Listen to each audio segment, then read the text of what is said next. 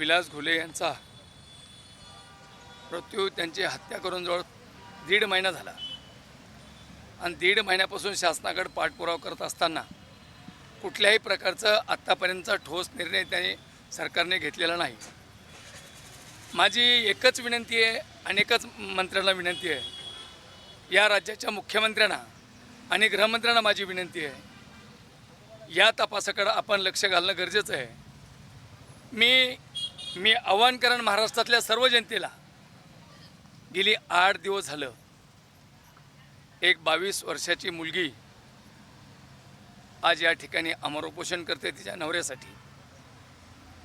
विलास घुलेची आई आणि विलास घुलेचा भाऊ गेली 8 दिवस झालं अन्नत्याग करून कलेक्टर ऑफिसच्या समोर उपोषण चालू आहे. आतापर्यंत कलेक्टर नाही, आतापर्यंत SP नाही, आतापर्यंत कोणताही राजकीय पटलावरचा पुढारी या भेटीला आलेला नाही.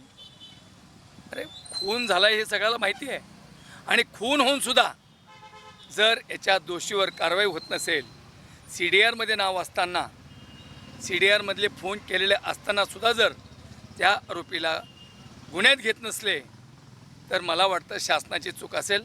मी राज्याच्या मुख्यमंत्र्याला मी आवाहन करेल. कालच आमची एक जिल्ह्याची बैठक झाली.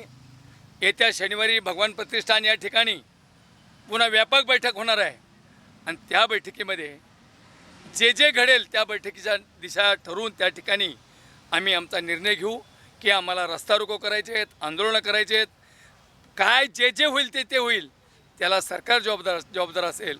माझी परत एकदा राज्याच्या मुख्यमंत्र्याला विनंती आहे की आपण हा तपास CIDकडे दिला आहे. CID अजून कुठल्याही प्रकारचा सपोर्ट करत नाही, म्हणजे चाललं आहे काय हे माहीत नाही. एक काय CID एक फास्ट तपास करतो आणि घुले कुटुंबामध्ये CID आजपर्यंत त्या घुलेला भेटायला सुद्धा कुणी आलं नाही.